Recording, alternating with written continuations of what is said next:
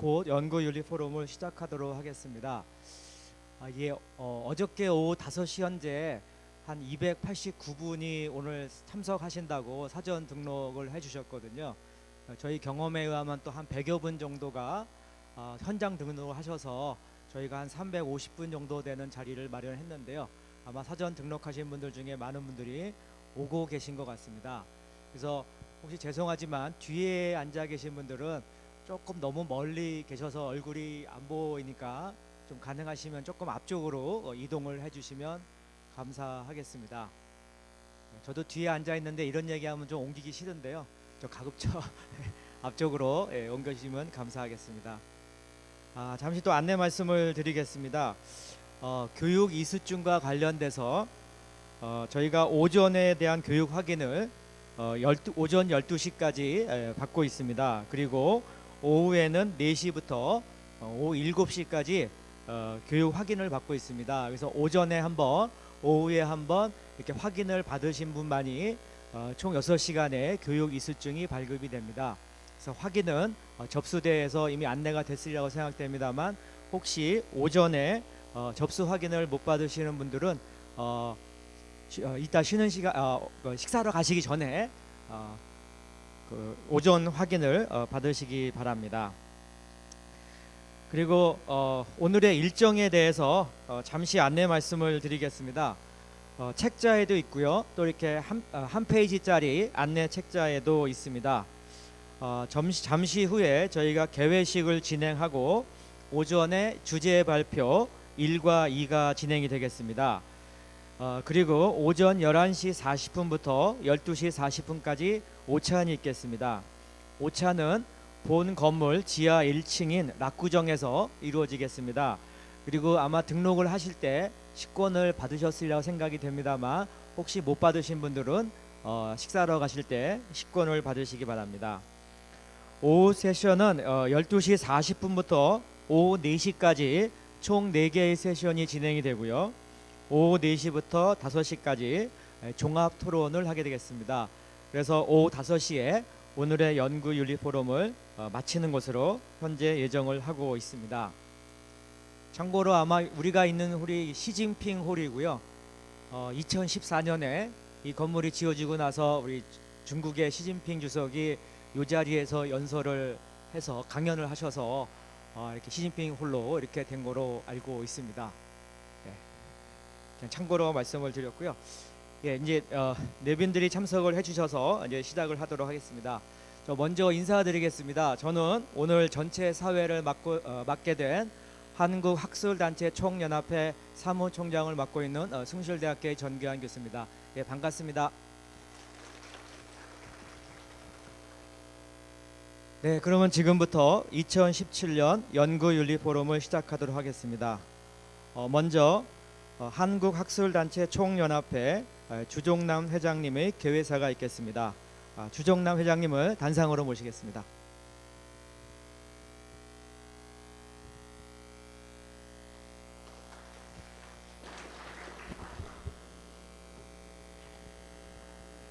신영 서울대학교 부총장님, 김준동 한국연구재단 사무총장님, 이인재 준비위원장님과 준비위원님, 그리고 포럼에 관심을 가지고 참가해 주신 모든 분들께 감사를 드립니다. 연구윤리는 연구자가 학문의 발전과 성숙을 위해 지켜야 하는 가장 중요한 가치입니다. 특히 새로운 혁신이 빠르게 진행되고 있는 지식 중심 사회에서 연구윤리의 준수는 연구 성과를 향상시키고 국가 경쟁력을 강화시키는 원동력이 됩니다. 우리나라에서 본격적으로 학술 연구가 시작된 것은 불과 20여 년 전부터입니다. 한국학술단체 총연합회는 2007년부터 매년 연구윤리 포럼을 개최하여 우리 사회의 연구윤리 의식을 높이고 바람직한 연구 문화를 정립하기 위해 힘써왔습니다. 특히 지난 2차례의 연구윤리 포럼에서는 연구자들 스스로가 자신의 연구 과정에서 연구윤리의 중요성을 인식하고 이를 지키기 위한 노력을 강조하기 위해 연구자의 연구윤리를 주제로 활발한 토론이 이루어졌습니다. 현재 우리 사회에서 미래에 대해 가장 많이 언급되고 있는 단어는 4차 산업혁명입니다. 2016년 이 용어를 언급한 세계 경제 포럼의 클라우스 슈밥 회장은 4차 산업혁명은 기존의 산업혁명들과는 완전히 차원이 다른 변화를 가져올 것이라고 강조하였습니다. 이렇게 큰 지각 변동을 앞둔 시점에서 우리나라의 경쟁력을 높이고 도약의 발판을 마련하기 위해 올바른 연구 문화의 정립이 필요합니다. 따라서 이번 포럼에서는 미래 산업사회와 연구윤리라는 주제하에 현재의 연구자 그리고 미래의 학문 후속 세대도 함께 생각해 보아야 할 다양한 연구윤리 문제에 대해 논의가 이루어지겠습니다.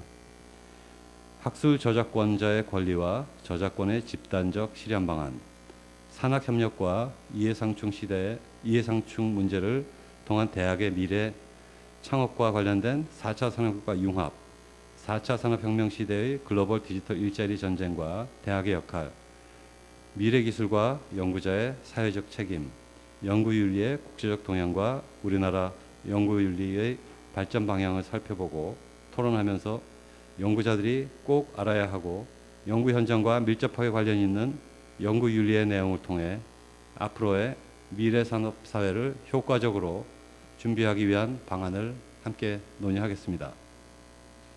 미래사회가 우리에게 위기가 아닌 기회로 펼쳐지게 하기 위해서는 참되고 성숙한 연구문화가 정착이 되어야 합니다. 이번 포럼이 미래사회에서의 국가 경쟁력과 연구자로서의 책임 있는 연구 수행을 이끌어내는 연구문화 확립에 일조할 수 있기를 바랍니다. 다시 한번 참석해 주신 모든 분들께 감사와 환영의 말씀을 드립니다. 감사합니다.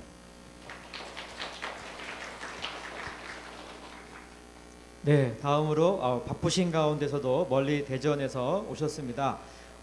한국연구재단의 김준동 사무총장님께서 축사를 해주시겠습니다. 김준동 사무총장님을 큰 박수로 모시겠습니다. 네.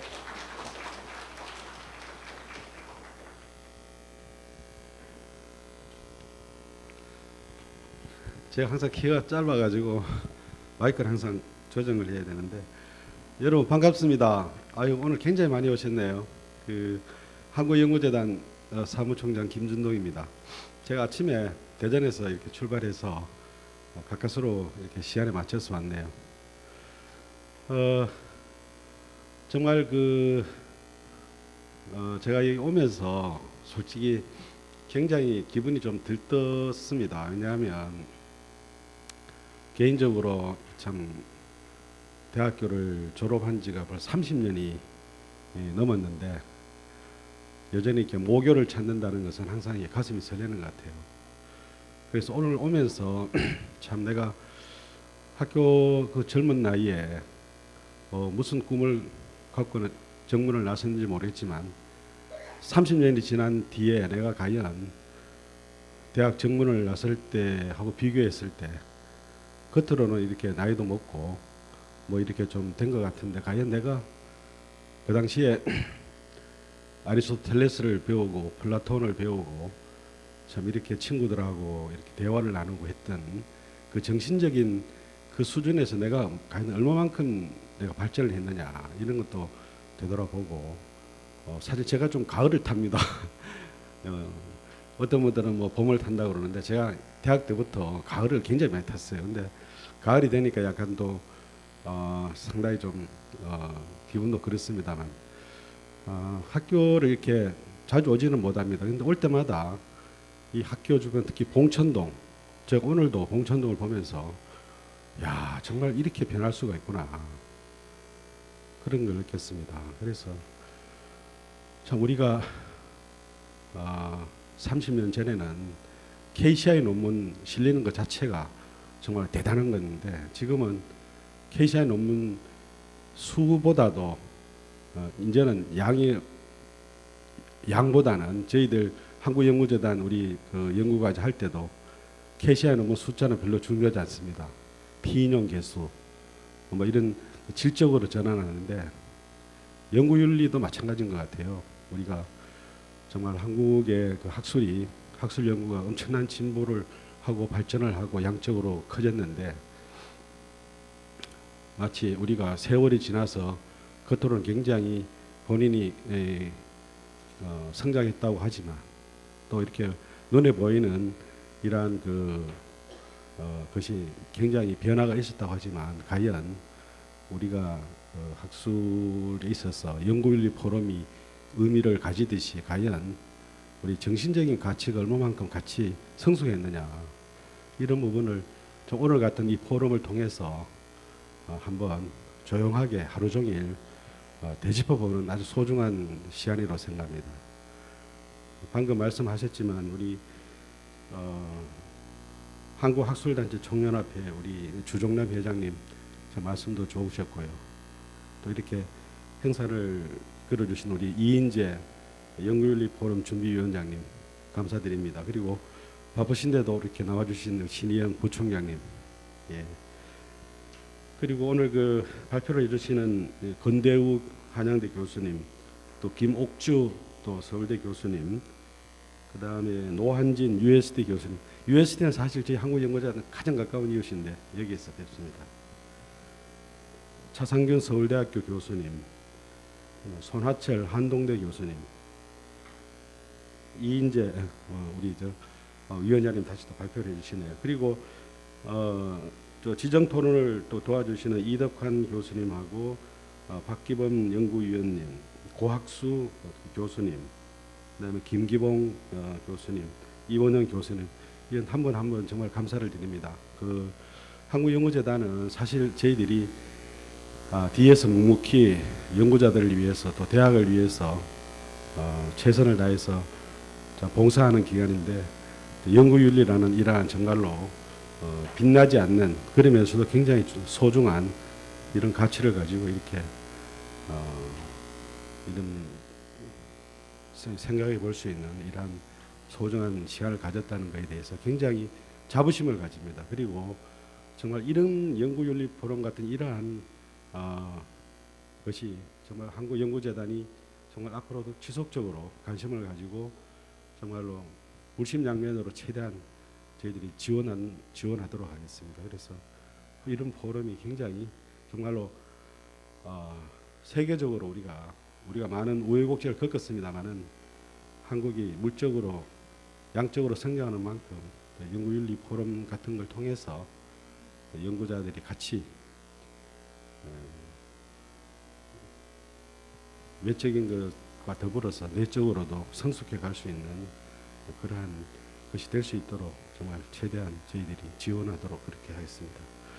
다시 한번 저 끝에까지 계시는 우리 요번에 굉장히 젊으신 분들이 많이 오시네요. 그래서 참 기분이 좋고 또 오늘 보면은 어떤 모임을 가면 이렇게 사람들이 이렇게 좀 이 관심도가 이렇게 좀 소홀해 보이는 그런 거 있는데 오늘 보니까는 뭐 저 끝에서부터 앞에까지 골고루 다들 이렇게 앉아 계시는 거 보니까 오늘 아마 이 포럼이 정말로 진지하게 끝까지 잘 이루어질 것 같습니다. 여러분 와주셔서 너무 감사드리고 오늘 끝까지 좀 우리 연구윤리 포럼에서 어떤 얘기가 이루어지는지 또 여러분들도 적극적으로 참여해 주셔서 정말로 성과 있는 좋은 포럼이 될 수 있도록 그렇게 됐으면 좋겠습니다. 네, 다시 한번 오늘 이 자리를 만들어 주신 분들 다 감사드리고 오늘 앞에 계시는 우리 회장님을 비롯해서 부총장님 또 위원장님 감사드립니다. 고맙습니다. 네, 감사합니다. 특히 이 자리를 위해서 멀리서 와주셔서 사무총장님께 다시 한번 감사를 드립니다. 네, 다음으로 서울대학교 신희영 연구부총장님께서 환영사를 해주시겠습니다. 신희영 부총장님을 단상으로 모시겠습니다.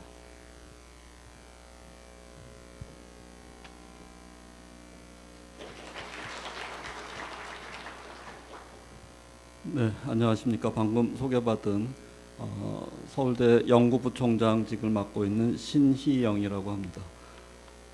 저는 의과대학 교수로서 소아과 의사입니다. 소아암을 치료하는 의사인데 저도 이제 이러한 윤리 쪽의 일을 의료 쪽에서 우리 김옥주 교수와 같이 좀 열심히 좀 했었습니다. 그리고 서울대 연구처장을 할 때 이제 그 윤리 교육이라는 거에 대해서 굉장히 힘을 많이 써서 그런 걸 했던 경험이 있습니다. 우선 2017년도 연구윤리 포럼 개최를 진심으로 축하드립니다. 그리고 오늘 포럼을 준비해 주신 주종남 학술단체 총연합회 회장님, 김준동 한국연구재단 사무총장님, 그리고 모든 발표하시는 연구자 여러분께 감사와 환영의 인사를 서울대학을 대표해서 드리겠습니다. 2017년 가을 서울대학교에서 연구윤리 포럼이 열린 것은 굉장히 뜻깊은 일이라고 생각을 합니다. 서울대학교는 자유롭고 창의적인 학문의 전당으로서 진리탐구의 사명을 충실히 수행을 해왔고 우리나라 산업화와 민주화를 견인하는 역할을 담당해왔습니다. 이런 포럼의 주제인 미래 산업사회와 연구윤리는 서울대학교의 지난 발자취를 볼 때 특별히 의미가 크다고 생각을 합니다. 하지만 최근 언론에서는 서울대학교 교수님들 몇 명의 이런 연구윤리 위반에 대한 보도가 꽤 있었던 것으로 생각을 합니다. 그런 면에서 저희가 좀 굉장히 창피한 면이 있는데 저는 오늘 이 축사를 하러 오면서 생각을 다시 한번 해봤습니다. 도대체 윤리란 무엇일까? 윤리란 걸 찾아봤더니 인간이 사회의 일원으로서 지켜야 할 행동 규범 그렇게 되어 있고 도덕적 성향과 더불어 법률적 성향의 혼합적 성격을 가지지만 규범으로서의 역할이 더 크다 그렇게 되어 있고요. 이게 어디서 유래된 말인가를 따져봤더니 옛날 중국의 예기의 악기 편에서 인간이 한 동아리로 서로 의존해 지켜야 할 질서 이렇게 되어 있습니다. 그래서 이것이 이제 기업의 윤리할 때는 기업에 따른 동아리에서의 역할, 그리고 의료하면은 이제 의료에서의 역할, 그런데 이제 연구 윤리하면 우리 연구자들이 한 동아리로서 서로 지켜야 할 규범이다라고 생각을 합니다. 그런데 저는 저희 학교 다닐 때는 윤리라는 과목이 없었고 아마 도덕이라고 해서 배운 것 같아요. 그런데 이제 요새는 윤리 해가지고 이제 이 수능에서도 여러 가지 그런 걸 보는데 저는 선생님들 중에서 제일 힘들게 사시는 분이 윤리 선생님일 것 같아요. 자기가 사는 생활과 가르치는 거의 불일치에 대해서 항상 고민을 해야 되고 아마 주종남 회장님도 이 연구윤리를 하시면서 얼마나 고민을 많이 하실까 생각을 잠깐 했었는데요. 사실 오늘 여기 오신 여러분들을 보니까 너무나 마음이 좋습니다. 보통은 저희가 연구처에서 연구윤리 교육을 하면 다 끌려오는 사람들입니다. 끌려와서 시간 때우기를 하고 이 수료증을 한 장 받아가야 연구실 출입이 가능하니까 그런 것들 때문에 의무적으로 오는 행사인데 오늘 얘기를 들어보니까 250여 명의 지원자가 있었고 되게 저희가 하는 연구윤리 교육을 가면 되게 앞줄에 사람이 없습니다. 다 뒷줄에 앉아 있거든요. 근데 오늘은 그래도 앞에 사람이 많이 앉아 있는 걸 보니까 이게 굉장히 자발적인 행사이구나 라고 해서 굉장히 마음이 좋습니다. 이러한 윤리 교육 같은 것이 아마 아까 그 동아리에서의 서로의 규범인데 아마 여기 오신 분들은 그러한 그 동아리를 다 이끌 수 있는 그런 마음가짐과 자격이 있으신 분이 오셨다고 생각을 합니다. 그래서 여러분들이 오늘 많은 내용을 토의를 하시고 돌아가셔서 그 자기 속한 동아리의 모든 구성원들에게 이러한 규범을 잘 전파해 주셔서 우리나라가 이 앞으로 다가올 4차 산업혁명 시기에 잘 맞춰서 세계를 이끌어갈 수 있는 연구자가 될 수 있게 그러한 지식을 많이 가지고 가셨으면 좋겠습니다. 감사합니다.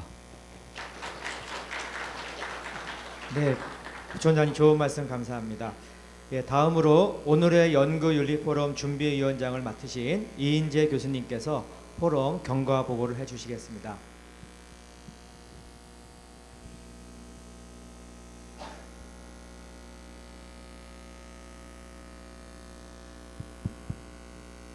안녕하세요. 인사드리겠습니다. 반갑습니다.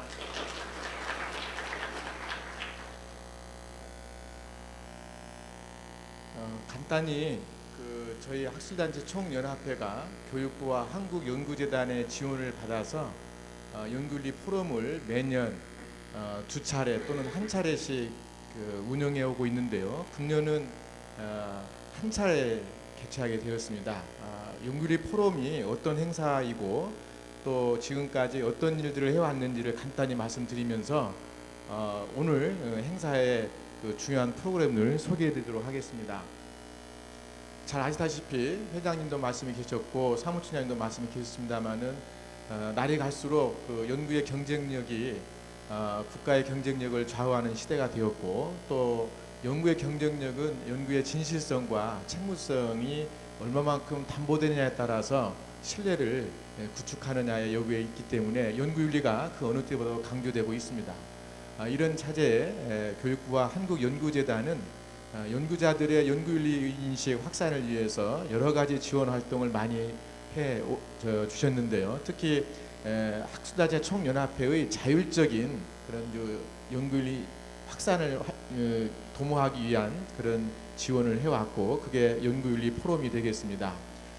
특히 2014년도에는 국제 포럼이 있었고 2015년, 16년도에는 국내 포럼이 되어 있었습니다만은 그 동안에 많은 연구자들에게 궁금한 여러 주제들에 대한 얘기가 있어서 상당히 연구윤리 인식의 저변 확대에 대해서는 많은 기여를 하지 않았나 싶고요.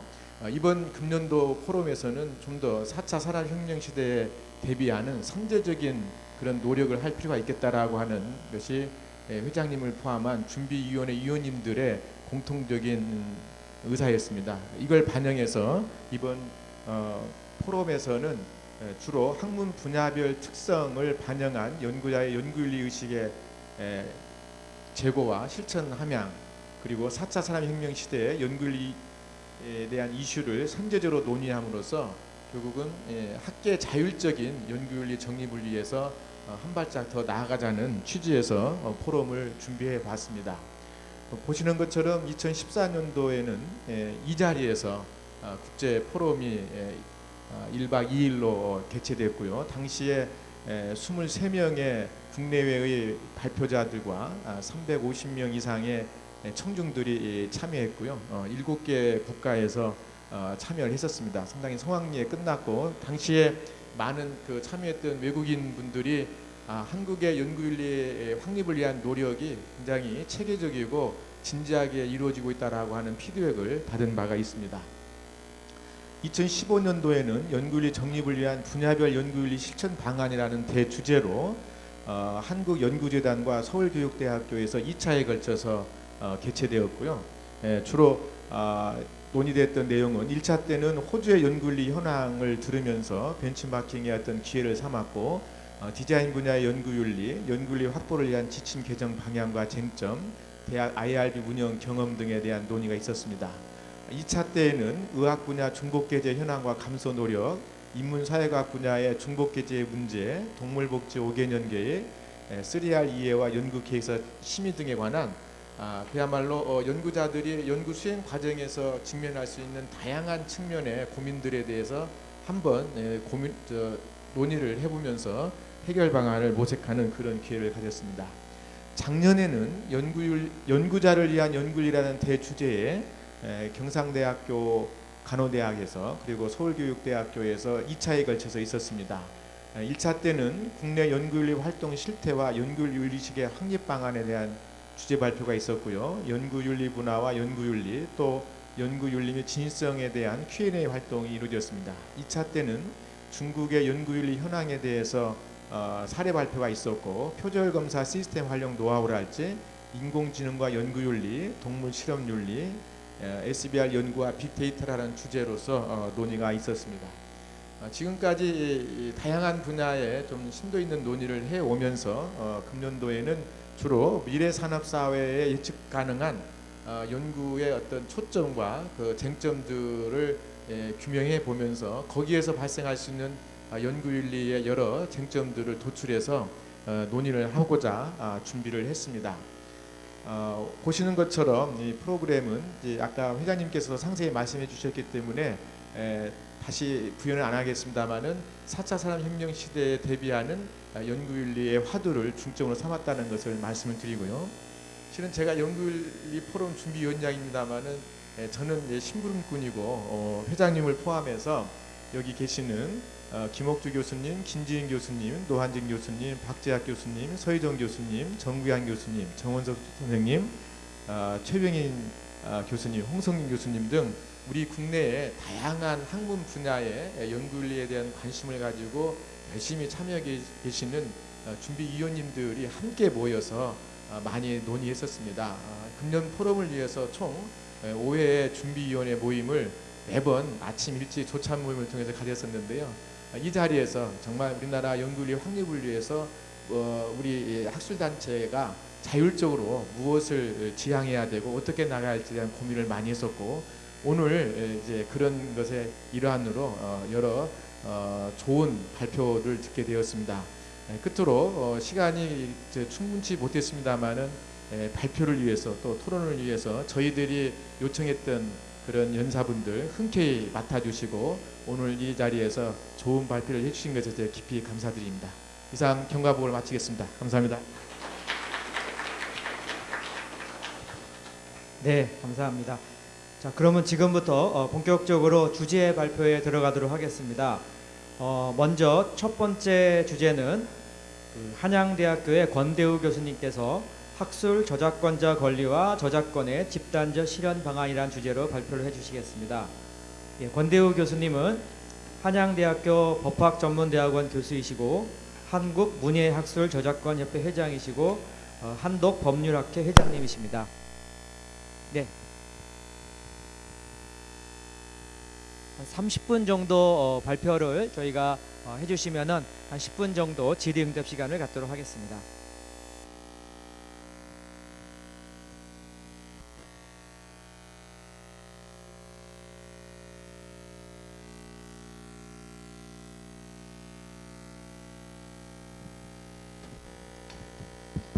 예, 감사합니다.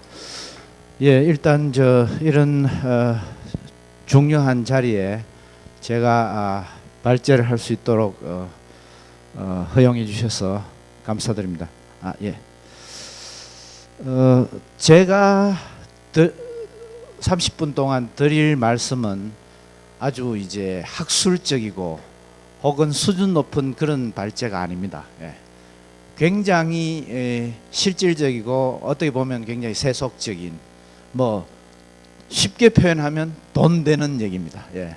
그래서 여러분이랑 실제로 굉장히 이 저작권이라든가 저작권 법학 이런 내용이 아니고 실제로 저작권료가 어떻게 움직이냐 하는 문제, 그게 이제 제 초점인데, 저작권이라는 것은 우리 토지 소유권과 같이 역사적으로 당연히 그리고 사회적으로 꼭 필요한 그런 어떤 근본적인 권리로서 확립이 된 것이 아니라 정책적으로 창작자들에게 어떤 인센티브를 줄 것인가 하는 면에서 각 나라마다 결정된 법률의 내용입니다. 그래서 법률의 내용을 먼저 여러분이 인식을 하셔야 그 다음에 여러분이 어떠한 주장을 할 수 있고 어떠한 권리의 가능성 그리고는 수익 가능성이 있는지를 설명할 수 있기 때문에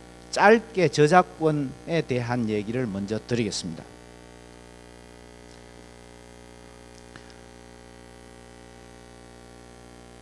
어디?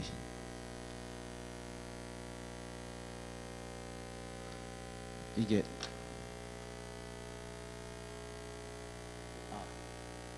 예 밑으로 예 감사합니다. 이제 앞부분엔 짧게 저작권에 대한 얘기를 할 거고요. 그 다음 부분은 이제 실질적으로 저작권 사용료의 흐름에 대한 얘기를 하게 될 거고, 마지막에는 학술 단체 총연합회의 미래, 사실은 그 부분에 대한 얘기를 하겠습니다. 저작권이라는 것은 제가 방금 말씀드린 대로 저작권법이, 그러니까 국회가 저작권자들에게 자기가 창작한 저작물에 대해서 어떤 권리를 인정할 것인가 하는 것을 결정해서 법에 게시한 겁니다. 그러니까 뭐 예를 들면 우리가 살인하지 말라, 뭐 예를 들면 땅을 소유하는 자의 소유권이라는 개념과 같은 그런 아주 근본적인 권리는 아닙니다. 그래서 국가별로 좀 달라요. 그리고는 국제협약에 의한 가입이 돼 있는 나라, 우리나라처럼 가입된 국제협약의 내용이 변경되면 그 변경된 내용을 국가가 수용해야 됩니다. 그러니까 사실은 굉장히 국제적인 문제가 게재가 되어 있고요. 우리나라는 저작권에 대해서 등록할 필요가 없는 무방식주의를 채택하고 있습니다. 그 얘기는 뭐냐면 여기에 있는 모든 분이 언제나 저작자라는 거죠. 언제나 자기가 저작물을 쓰면, 그걸 이제 뒤에 얘기하기 전 발표할 거냐 말 거냐 그 다음 문제고. 그런데 일반적으로는 우리가 저작권에 대해서 얘기를 하면 책에 대한 혹은 논문에 대한 그 사람의 권리. 근데 그 권리가 실제로 이 사회적으로 의미가 있는 것은 그게 돈이 될 때 의미가 있습니다. 돈이 될 때. 그런데 실제로는 그보다 더 중요한 것은 제가 이제 보기에는 인격권적인 부분이에요. 그러니까 저작 인격권과 저작 재산권이 나누어지는데 저작 인격권이 훨씬 중요하고 꼭 아셔야 돼요. 저작 인격권은 일단은 자기만이 가질 수 있는 권리입니다. 그러니까 어떤 사람에게 건네줄 수 없어요. 그러니까 굉장히 본질적인 내용이고, 그러니까 예를 들면 황순원 씨가 소나기를 저술했다, 창작했다라는 것은 팩트라는 거죠. 역사적인 사실이기 때문에 그건 변경할 수가 없고 그걸 변경할 수도 없는 겁니다. 근데 이제 거기에 문제가 되는 경우가 가끔 있습니다. 왜냐하면 이제 누가 아이디어를 줘서 그 아이디어를 가지고 썼다, 그런 부분도 있고, 다른 사람을 위해서 저술해 주는 경우도 있습니다. 그 경우가 이제 과연 누가 그걸 저술했느냐 입장에서는 다르게 볼 수 있는데, 일단 저술한 자의 권리는 절대로 양도가 안 됩니다. 이제 사회적으로 문제가 된 건 재산권이니까. 근데 이제 출발은 뭐냐 하면 자기 저작물을 가지고 있을 것이냐 세상에 공표할 것이냐, 대표적인 게 일기죠. 일기를 자기가 공표할 것이냐 말 것이냐, 그걸 작품으로서 공표할 거냐, 어떠한 내용으로 공표할 것이냐 하는 걸 결정할 수 있고, 학자도 마찬가지입니다. 자기의 연구 결과를 책상 안에 놓고 두고 있을 것인지, 예를 들면 저널에 올릴 것인지, 그건 자기가 결정합니다. 이제 공저자가 있으면 공저자가 한 사람이라도 원치 않으면 그 사람을 제외하든지 아니면 이제, 그러니까 이게 일단 학술지에 게재에 이제 투고 행위를 하면 그 절차를 자기가 승인하는 거기 때문에 공표에 동의하는 것이라고 봐야 되고, 출판 계약도 마찬가지입니다. 그러니까 출판 계약에서 어떤 갈등이냐면 거의 출판물이 이제 출고되기 직전에 거두어 드리고 싶은, 그럴 경우는 이제 결국은 이제 재산권 문제는 다른 것이고, 본인이 저자가 출판하지 않기를 원하면 출판사가 출판할 수 없습니다. 일단은 이제 투고 행위나 이제 편집 행위에 참여하고 그 방침에 동의하면 공표권을 이제 공표하겠다는 의사로. 그다음에 성명 표시도 마찬가지입니다. 어떤 성명으로 자기가 표시할 것이냐. 예술인들은 예명을 사용하는데 굉장히 중요한 의미를 갖습니다. 학자들은 그다음에 이제 외국어 표기하고 관련된 경우도 가끔 갈등이 있고, 외국에는 여성 학술 저작자의 경우에는 자기의 성을 이제 우리는 이제 결혼하고 성이 바뀌지 않지만 외국의 경우에 성이 바뀌면 자기의 그걸 이제 그 어린이 때 성, 탄생할 때 성과 병기하는 경우가 많습니다. 이유는 이제 학자로서 초기에는 자기 이제 탄생, 그러니까 그걸 독일식으로 매첸남이라 그러는데 탄생할 때의 성을 이제 통해서 발표한 논문이 많기 때문에 그 동일성을 보여주기 위해서, 그래서 어떤 표현으로 할 것인지에 대한 성명 표시권이 있고, 제일 이제 문제가 많이 되는 경우는 동일성 유지권에 관한 부분. 이게 이제 예를 들면 소송이 벌어지거나 하면 제일 많이 관련되는 게 동일성 유지권. 동일성 유지권이라는 얘기는 뭐냐 하면 내용을 저자 이외에는 절대로 변경할 수 없다는 거죠. 그러니까 여기 예외가 이제 오자 탈자를 수정하는 것이고, 뭐 결론을 변경시키거나 예를 들면 내용을 변경시키거나 자료를 변경시키는 것은 오로지 저작자의 동의가 있을 때 가능합니다. 그래서 이제 우리가 보통 이제 학술 저작지 심사를 할 때 무수정 게재가 아닌 경우에는 수정 후 게재가 되면 수정 제안에 대해서 저자가 동의할 경우에만 동의할 수 있는 것이죠. 그러니까 동의가 안 되면 그 저널 편집진의 방침에 따라서 게재를 못하는 것이지. 그리고 이게 침해가 됐을 때는 법률상 인격권의 침해이기 때문에 굉장히 중대한 침해가 됩니다. 우리나라에는 인격권의 침해에 대한 손해배상 그리고 위자료 액수가 낮지만 외국에는 굉장히 큽니다. 그래서 이 부분은 항상 문제가 될 수 있고, 그래서 학회 운영에서 저널 운영할 때 이 동일성 유지권이란 굉장히 중요하다는. 그래서 예를 들면 이제 그 중요한 표기가 빠졌거나 문단이 빠졌거나 심지어는 그러니까 페이지가 하나 빠지면 굉장히 중대한 침해가 됩니다. 그래서 저널을 간행할 때 이 동일성 유지권 문제가 굉장히 중요하다는 사실을 말씀드리고 싶고요. 그 다음에는 이제 출판을 다시 하게 될 때는 이제 저작자들이 구체적으로, 그러니까 자기 저작물을 예를 들어 개정판을 어떻게 수정하겠다. 개정판을 할 경우에는 출판사가 반드시 이렇게 통지를 해야 됩니다. 왜냐하면 16년에 간행했던 것을 17년에 간행했을 때는 법이 바뀐 부분도 있고 연구 여건도 바뀐 부분이 있으니까 그 변경된 부분을 고치지 않고 이제 출간할 수 없는 것이 일반적으로 연구윤리자들의 양심이죠. 그러니까 그런 재판을 할 경우에 통지가 오면 어떻게 변경할 것인가를 결정할 수 있는 것이 저자의 권리다. 변경을 못하면 출판을 못하는 것이죠. 그러니까 저작자 그만큼 강한 권리를 가지고 있다는 얘기를 말씀드리고 싶습니다.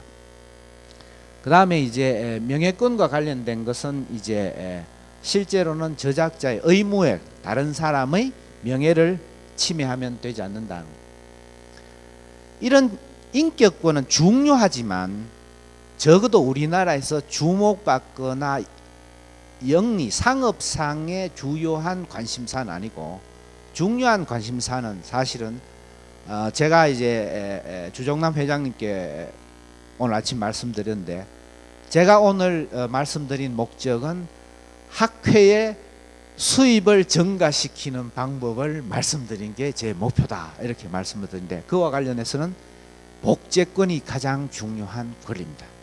복제권이 뭐냐 하면 카피입니다. 카피인데 카피의 방법은 굉장히 여러 가지가 있습니다. 그러니까 예전에는 기계가 없을 때는 필사본을 했습니다. 필사도 카피입니다. 그리고 이제 인쇄가 발달해서는 예를 들면 이제 목판도 있고 여러 가지, 이제 지금은 이제 우리가 버튼만 누르면 온라인으로 연결된 모든 프린트가 이제 복사본을 만들어내죠. 그리고는 디지털 복사, 자기 하드디스크에 있는 파일을 예를 들면 USB로 옮기고 USB에 있는 파일을 예를 들면 업로드하고 전부 다 똑같은 저작물을 다른 형태로 혹은 또다시 다른 하나의 이제 복제품으로 만드는 건 전부 다 복제권이고, 이 복제권이 저작 재산권, 그러니까 영리적인 권리에서 가장 중요한 것이고, 그것은 저작자의 동의가 없으면 허용되지 않는 겁니다. 그 얘기는 일단 복제가 되면 저작권의 침해가 되는 거죠. 동의가 없으면. 그러니까 예를 들면 출판사에서 책을 1000권을 찍는다. 그럼 1000권에 대한 동의가 없으면 침해가 되는 거죠. 예. 그러니까 어떤 형태로든 자기가 창작한, 그게 논문이든 뭐 일기와 같은 그런 개인적인 메모든 아니면 서적이든, 일단 그 서적도 이제 출판된 서적을 복사기로 카피하면 그것도 다시 또 복제가 됩니다. 그러니까 기본적으로는 모든 그러니까 동일한 형태의 이제 카피는 전부 다 이제 복제가 됩니다. 그래서 이 복제의 형태는 굉장히 많고, 가장 전형적이고 중요한 것은 출판권을 설정하는 행위입니다. 그러니까 복제를 허용하는 거죠. 그 다음에 이와 관련된 여러 가지의 이제 추가적인 권리들이, 예전에는 복제권 이러면 다 포함되는데 이 추가적인 권리를 법이 규정하고 있습니다. 제가 맨 먼저 말씀드렸죠. 저작권 법이 부여하는 권리다. 이 공중송신권이라는 것은 방송입니다. 예를 들면 황순원 씨의 소나기를 방송해서 내레이터가 읽어주면 그것도 복사입니다. 그것도 복제인데, 그걸 구분해서 공중송신권이라고 구분해서 추가로 분리해서 규정을 한 것은, 그게 주목을 받을 수 있기 때문에 따로 규정하는 겁니다. 그 얘기는 복제권을 줄 수도 있지만 공중송신권만 EBS에 줄 수도 있다, 이런 뜻입니다. 전송권은 우리가 이메일로 뿌리면 그게 전송권입니다. 그러니까 일종의 네트워크를 통해서 그 디지털 파일을 전달하면 전송권도 마찬가지입니다. 전송과 관련된 권리만을 분리해서 줄 수 있기 때문에 이걸 구분해서 규정하는 겁니다. 실제로는 복제권 안에 있지만, 그러니까 전체 복제권을 다 줄 수도 있죠. 배포권도 실제로는 복제권에 포함된 권리로 본 게 옛날이었습니다. 그러니까 출판을 하면 책을 찍죠. 그걸 이제 다른 사람한테 건네주는 건 배포가 되죠. 저희들이 이제 오늘 이런 연구 포럼과 관련된 팜플렛을 만들었는데, 팜플렛을 만드는 행위는 복제 행위고, 이 팜플렛을 나누어 주는 행위는 배포 행위가 됩니다. 그래서 배포 행위도 이걸 구분해서 줄 수 있기 때문에 따로 이제 권리로서 규정합니다. 그래서 대부분 지역적으로 시간적으로 구분해서 이 사람이 가지고 있는 저작물에 대한 배포권을, 예를 들면 아프리카에 대한 배포권을 준다, 이렇게 할 수 있다는 거죠. 예. 그 다음 이제 주목해야 되는 건, 복제권 다음으로 주목해야 될 것은 대여권과 공공대출권입니다. 이 사이에 있는 것은 실제로 우리 아주 전문적인 영업행위 이외에는 관련이 없고, 대여권이라는 것은 뭐냐 하면 만화 빌려보는 겁니다. 만화를 빌려보면 만화방에서 만화를 한 권을 사서 여러 명이 보죠. 그러니까 본 사람들이 전부 만화를 한 권씩 다 사면 예를 들면 10권이 팔릴 것이 한 권을 사서 만화방에서 10권을 보는 것이죠. 그러니까 출판사나 저작권자는 손해보는 겁니다. 그래서 약간의 부담금을 그렇게 대출하는 사람들, 대여하는 사람들한테 부과할 수 있는 권리가 대여권이고, 이게 일반적으로 지금 확보되어 있지는, 우리가 규정은 하고 있습니다. 일반적으로 확보. 그 다음에 공공대출권은 뭐냐 하면 학자들한테 굉장히 중요한 권리입니다. 도서관에서 대출이 많이 되는 서적을 저술한 교수님들한테 국가가 보상금을 주는 겁니다. 그게 이제 똑같은 논리입니다. 이 도서를 대출을 보거나 하지 않으면 그 책을 샀을 거다. 그렇죠. 그러니까 대출 행위라는 게 그 책을 효율적으로 예를 들면 자원을 효율적으로 관리한다는 입장에서는 좋지만 그게 저작자 입장에서는 그럼 예를 들면 책이 예를 들면 뭐 도서관에 우리 서양 같은 데는 영국 이런 데는 교과서가 예를 들면 뭐 10권 뭐 20권 이렇게 사는 경우도 있죠.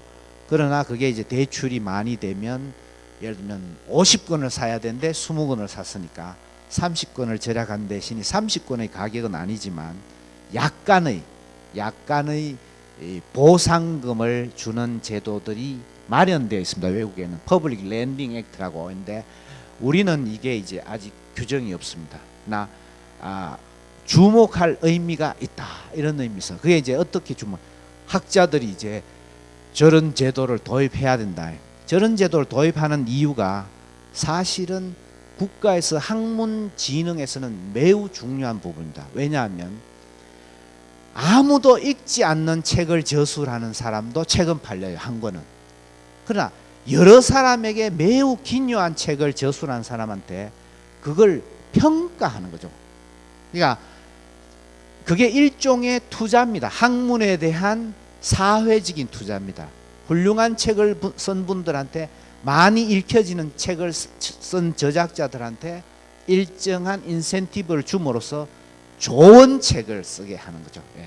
예, 실제로는 선진국에서는 매우 긍정적인 효과를 특히 젊은 사람들은 더 의욕적입니다. 자, 이 저작물을 소개하는 건 그냥 형식적입니다. 저작물이 생각보다 많이 규정이 되어 있고요. 우리가 얘기하는 학술 저작물은 어문 저작물에 속합니다. 책과 논문, 강연, 연설. 제가 이게 강연한 것도 실제로는요. 이게 그러니까 음성으로 형성이 되어 있었지 기본적으로는 저작물이라고 볼 수 있습니다. 그러니까 음악, 연극, 이건 뭐 여러분 미술, 건축물 저작물에 대한 논의도 굉장히 활발합니다. 여러분이 예를 들면 광화문에 있는 교보빌딩을 사진을 찍으면 광화문에 있는 교보빌딩의 저작권을 이제 여러분이 이제 실제로는 허용이 되지만 침해한 것. 그러니까 복제권의 한 형태다고 이렇게 생각하시면 됩니다. 그다음 우리 학술적으로는 이 도형 저작물이 굉장히 중요합니다. 도형 저작물이 중요하다는 얘기는 뭐냐 하면 우리가 글로 썼는 것은 실제로 우리가 이제 워드 프로세싱이나 뭐 이런 파일을 올려보면 굉장히 컨버팅이 잘 되지만 도형은 컨버팅이 안 되죠. 그걸 이제 다시 카피해서 옮겨야 됩니다. 그러니까 저작물로 다른 저작물이 동시에 책 위에나 저널 안에 있는 것이죠. 그리고는 이 가치에 대한 평가도 다릅니다. 저작권료의 기준, 지급 기준도 도표와 이제 그 음문 저작물이 다릅니다. 그래서 이걸 항상 구분하고 외국에서 보상금을 지급할 때도 항상 구분해서 하고 있습니다. 근데 이제 지금부터는 이게 전문 지식입니다. 그러니까 그런 자기의 저작물을 어느 누구도 동의 없이 복제할 수는 없지만 법이 허용하는 경우에는 그 사람의 동의 없이도 카피할 수 있습니다. 그게 이제 저작물의 제한인데 우리 일반적인 경우에는 여러분이 연구윤리와 관련된 건 다른 사람의 이제 문헌을 읽고 그 문헌을 사용할 경우에는 줄을 달죠. 인용 표시를 하죠. 그게 이제 연구윤리이자 다른 사람의 생각도 자기 논문에서 쓸 수 있다는 거예요. 그게 가장 일반적인 저작권의 그러니까 카피할 수 있다는 거죠. 카피할 수 있다. 그러나 인용해야 된다. 그게 이제 일반적인 것이고 그 이외에는 이제 여기 말씀드린 대로 공공 저작물 그러니까 국가가 가지고 있는 저작물들은 자유로 이용할 수 있고 또 공정한 범위 내에서는 이용 이건 비영업적인 사용입니다. 공공 페어 유즈라는 부분이 실제로는 뭐 이거다 저거다라고 선을 그을 수는 없지만 일반적인 바운더리로 굉장히 넓게, 특히 미국 같은 나라는 넓게 인정이 되는 거, 뭐 재판 절차, 정치적 시사보, 그러니까 보도에서 인용하는 것이 허용되는 것. 그 다음에 이제 영리를 목적으로 하지 않는 방송 이런 게 있는데, 사적 이용을 위한 복제는 우리 복사기로 복제하는 건데 보상금을 줘야 됩니다. 이건 뒤에 얘기하지만 컨트랙트 시스템을 이용해서 계약을 해야 되고, 도서관에서 복제도 일정한 이제 대가를 줘야 되고, 시험 문제로 다른 사람의 저작물을 사용해도 됩니다. 근데 이제 제가 꼭 얘기하고 싶은 것은 학교 교육 목적의 이용입니다. 그러니까 교과서를 이제 간행하는 출판사는 그 저자에게 당신의 저작물을 사용하겠다는 협상을 하지 않습니다. 무조건 사용합니다. 법정 허락입니다. 그렇지만 보상금을 줘야 됩니다. 뒤에 제가 보상금 제도에 설명할 때 보상금 액수는 문화부와 교육부가 합의해서 문화부에서 교육부 고시로 나와 있습니다. 네. 그 다음에는 대학에서 제가 이제 이게 학교 프로그램이면 제가 사용하는 저작물의 사용은 허용이 됩니다. 이게 이제 학교에서 하는 행사가 아니고 학술 단체에서 하는 행사이기 때문에 거기에는 해당되지 않습니다. 나 여러분이 이제 그러니까 교원이 대학교 교원이 학교에서 사용하는 모든 저작물, 그게 영상물도 음악도 시 소설, 당연히 학술 문헌을 스크린에 올리고 학생들한테 카피해서 나누어주고 그리고 이메일로 쏴주고 하는 것 다 허용이 됩니다. 그러니까 당사자의 동의 없이 법정 허락인데, 다만 그것도 보상금을 내야 됩니다. 보상금은 누가 내느냐 하면 학교가 냅니다. 학교가. 지금은 학생 1인당 1년에 1,300원입니다. 예. 뒤에 또 설명드릴 겁니다. 그 다음에 수업 지원 목적은 뭐냐 하면 교육부와 교육위원회에서 지불합니다. 그러니까 초, 중, 고등학교 교육을 위해서 사용되는 범위 내에서는 실제로 저작자들의 동의를 받지 않고 사용할 수 있다. 대신에 보상금을 낸다. 왜 제가 이거를 강조하느냐 하면 이 보상금의 수혜자가 여러분과 학회입니다. 경우에 따라서. 근데 여러분이 얼마나 받는, 이게 이제 분배가 막 되기 시작했기 때문에 지금은 실감이 안 가는데 굉장히 이제 단계적으로 소액이지만 많은 다양한 저작자들한테 주어져야 되는데, 실제로 여러분이 그 분배에 참여하기 위해서는 분배할 수 있는 기관에 여러분의 성명과 저작물을 등록해야 됩니다. 그렇지 않으면 여러분에게 돌아가야 될 몫은 거기에 등록된 사람들만 나누어 가집니다. 그러니까 학회가 이제 어떻게 신속하게 적극적으로 움직여야 하는, 저작자들이 권리의식을 가져야 하는 것과 관련이 있기 때문에 제가 말씀을 드린 겁니다. 이상의 저작권이 이제 발현되기 위한 출발점은 출판행인데, 이게 시작하기 전에 저작권이라는 게 우리 사회에서 살아있는 동안은 영원히, 그리고 사망하면 70년이 보장됩니다. 70년이란 사후 70년이면 정손자까지는 자기 정조 할아버지의 권리를 대신 행사할 수 있습니다. 엄청나게 긴 기간입니다. 엄청나게. 그러니까 그게 가장 이제 핵심되는 건, 예를 들면 뭐 디즈니의 이제 업적들, 뭐 이런 상업용 아주 큰 디자인 그림들이지만 실제로는 우리 사회의 저작권을 생각하면 굉장히 다양한 저명한, 예를 들면 뭐 황순원 씨 소나기, 황순원 씨 작품 같은 경우는 매년 수천만 원씩 이제 저작권료가 들어오니까 굉장한 거죠. 저작물 이용 허락 계약은 출판 행위가 가장 전형적인 저작물 이용 허락 계약입니다. 제가 쓴 원고를 주면 출판사가 그걸 책으로 만들어서 판매하고 수익을 나누어 가집니다. 저작권료를 지불하는 방법이 여러 가지가 있는데, 그래서 학회에서는 학술지를 출판하죠. 학술지. 그럼 학술지라는 것이 수익을 어떻게 창출하는 문제는 이제는 다른 시대가 되어가고 있습니다. 지금은 이제 학술지의 수입이 어디에 중점이 있느냐 하면 데이터베이스나 디지털 출판에 훨씬 더 큰 방점이 있습니다. 비용도 적게 들지만 이제 그 시장도 훨씬 커진 것이죠. 많은 사람이 접견 가능한 굉장히 열린 공간에서 판매가 가능하기 때문에. 그래서 이 출판사들도 이제 디지털 출판에 굉장히 많은 관심을 가지고 있습니다. 디지털 출판도 실제로 우리나라 출판사들은 굉장히 다양한 디지털 기법을 가지고 있고, 출판 수준으로는 거의 뭐 제가 보면, 왜냐하면 우리나라의 디지털 기술이 좋기 때문에 거의 세계 최상층, 컨텐츠에 대해서는 자신이 없지만 제가 생각에 기법으로는, 그러니까 이제 출판사들이 엄청난 투자를 하고 시장을 이제 끌고 갑니다. 그러니까 출판사들은 당연히 자기들이 투자한 만큼의 많은 권리를 갖기를 원합니다. 그래서 그 권리에 대한 논란들이 여러 가지 있고, 그건 출판사들이 모인 자리에서는 제가 출판권 설정을 하면 일반적으로는 이렇게 독점 출판 허락 계약을 합니다.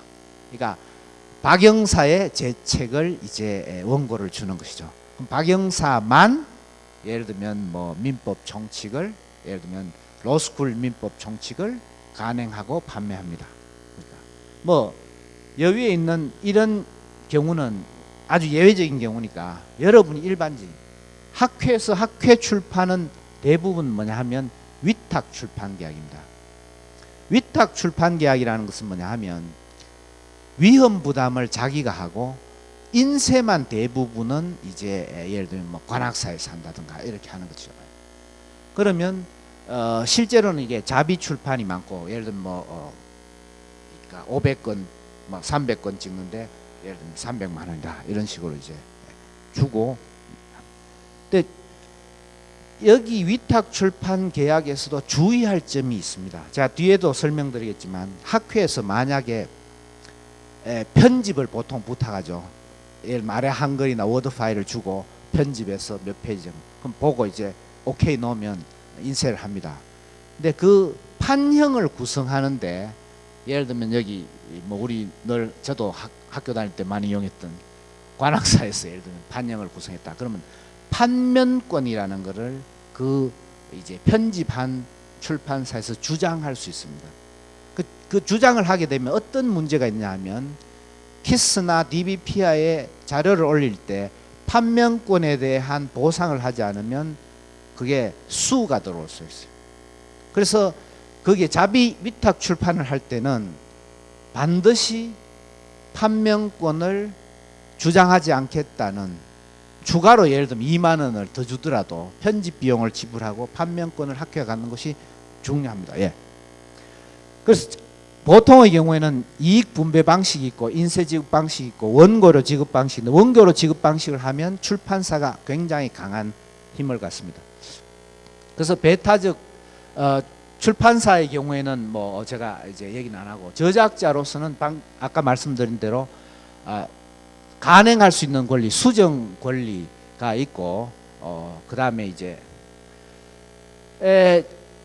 이 학술지 출판과 관련해서 제가 말씀드렸다시피 판명권 부분이 굉장히 중요하고, 그 다음에 중요한 것은 이 논문 투고 방식이나 저널 간행 출판사 여러 관련 당사자들이 있는데, 인쇄 및 보상금과 관련해서 출판사들이 자기들에게 권리를 주장하는, 그러니까 우리가 이제 학술지를 내면 투고하는 이제 회원들이 있고, 그다음 편집진 학회가 간행을 하고, 그다음에 그걸 인쇄하는 세 당사자가 있는데, 어느 당사자가 만약에 학술지에 실린 논문에 대한 보상금을 받아야 될 경우 수령해야 될 권리자가 되느냐 하는 문제가 이제는 굉장히 중요한 이슈가 됐습니다. 지금까지는 어떤 상황이냐면 학회가 그것을 받았습니다. 학회가. 액수는 적지만, 근데 그 액수가 늘어나면 어떻게 해야 되느냐. 저는 항상 주장하는 게 50대 50 해야 된다. 그죠? 왜냐하면 150명의 이제 회원 중에 20명이 그 해에 논문을 투고했으면 20명에게 절반을 나눠주고 나머지 20은 50%는 150명의 회원 전체를 위해서 써야 된다는 거죠. 그리고 이제는 우리나라 학술도 이게 이제 제 주장의 제일 중요한 부분 중에 하나인데 국제적 몇 분? 더 초과됐습니까? 그럼 5분 만에. 스프링어 펠락이 주도하는 이제 뭐 CCI나 뭐 SCI 뭐 이런 이제 국제적인 저널 네트워크 있는데 그게 이제 일반적으로 외국에서는 높이 평가하지 않지만 우리나라는 이제 연구 업적에 굉장히 중요한 요소가 되니까 국제 네트워크에 실린 그 SCI, SSCI에 논문을 실어야 됩니다. 그런 저널 네트워크에 우리가 개입해야 되는데 이 저널 네트워크는 언제든지 다른 방식으로 만들어 갈 수 있습니다. 그래서 그 네트워크 이외에도 다양한 네트워크가 있다는 점을 제가 말씀을 꼭 드리고 싶고 적극적으로 새로운 네트워크를 개척해도 된다. 이거를 꼭 말씀드리겠습니다. 나중에 기회가 있으면 또 말씀드리겠습니다.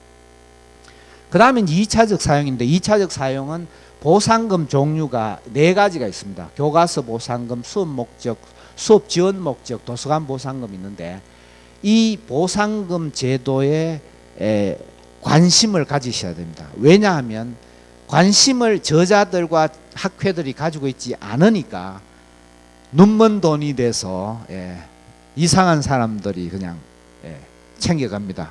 돈에 욕심이 많은 사람들이.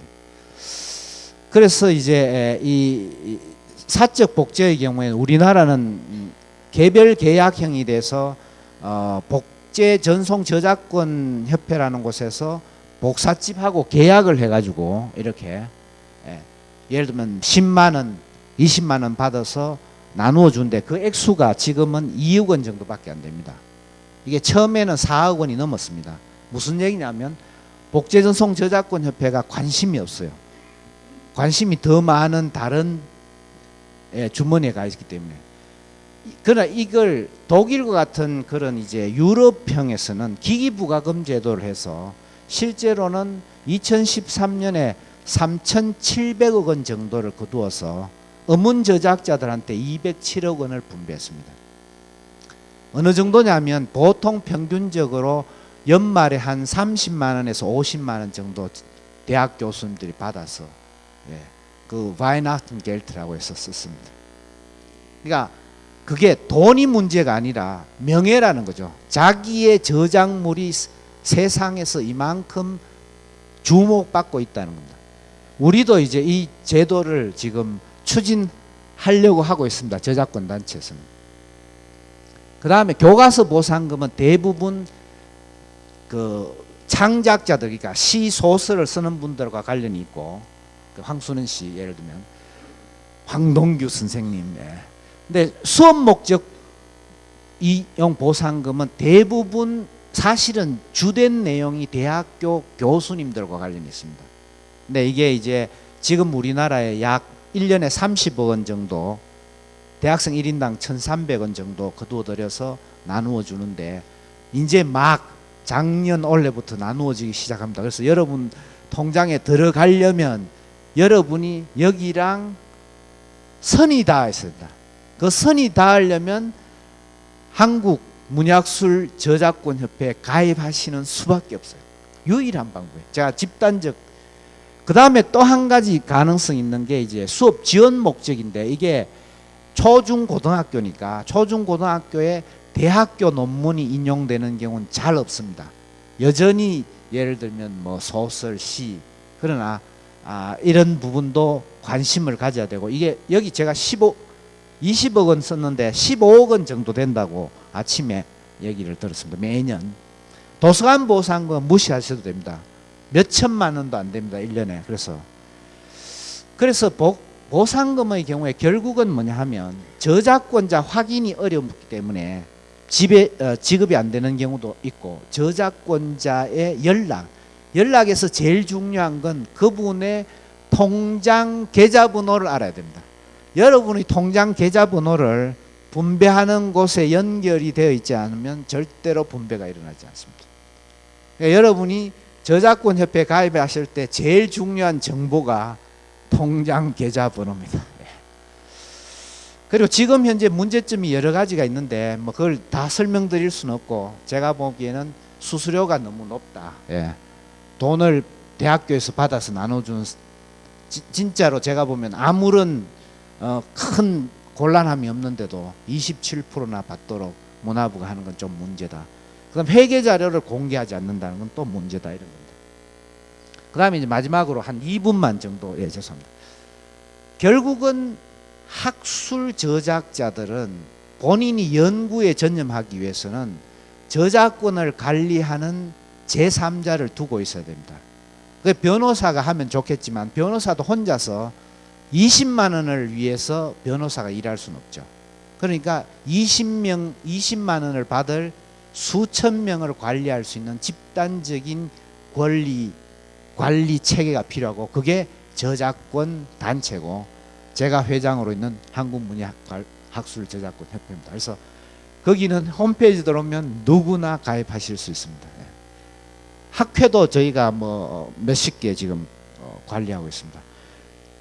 그리고 학회도 마찬가지입니다. 학회인데 이제 학술지 같은 경우에도 저작권 사용료가 늘어나고 이게 이제 여러분들이 계약하고 있는 DBP나 키스나 이런 이제 데이터베이스인데 데이터베이스를 관리하는 곳에 바로 가시면 출판사와 바로 하는 거와 마찬가지로 여러분은 항상 약자예요. 왜냐하면 저작권을 모르기 때문에 저희는 키스나 DBP아가 어느 학교에서 얼마나 돈을 받는지를 알아요. 그러니까 협상력이 있습니다. 그래서 제가 한국소비자학회를 대신해서 키스나 DBP아랑 협상을 해서 매년 1,300만 원을 받아줬습니다. 그래서 제가 소비자학회에 제가 차기 회장으로 지명이 됐는데 거의 유일한 이유가 저작권료를 통한 학회 기여도가 크다 이게. 그래서 저는 이제 마지막으로 1분만 현실적인 타협은 한국문예학술저작권협회 신탁관리계약은 학회든 개인이든 하면 좋을 것 같다. 그러나 장기적인 롱텀으로 보면 한국학술단체 총연합회가 더 적극적으로 치고 나가면 좋겠다. 한국학술단체 총연합회가 신탁관리단체로서의 주도권을 쥐고 모든 학회지를 관리해도 좋겠다. 그러려면 전문 관리할 수 있는 저작권 국이 필요합니다. 그래서 그게 생기기 전까지는 한국학술단체 총연합회와 한국학술문예저작권협회가 협정을 맺어서 학술단체가 주도하고 한국문예학술저작권협회가 사무의 역할을 해서 수익을 나누어 가지고 회원들의 이익을 공동으로 노력하는 프로그램을 만들면 어떨까 합니다. 감사합니다. 권 교수님 감사. 네. 예. 원래 충분한 제가 시간을 드려야 되는데요. 이 사회자의 역할이 시간을 지키는 거다 보니까 조금 제가 좀 시간을 못 드리는 거 다시 한번 죄송스럽고요. 저희 점심 시간 때문에 제가 자꾸 거기에 몰입돼 있다 보니까 좀 시간을 못 드린 점을 죄송스럽게 생각합니다.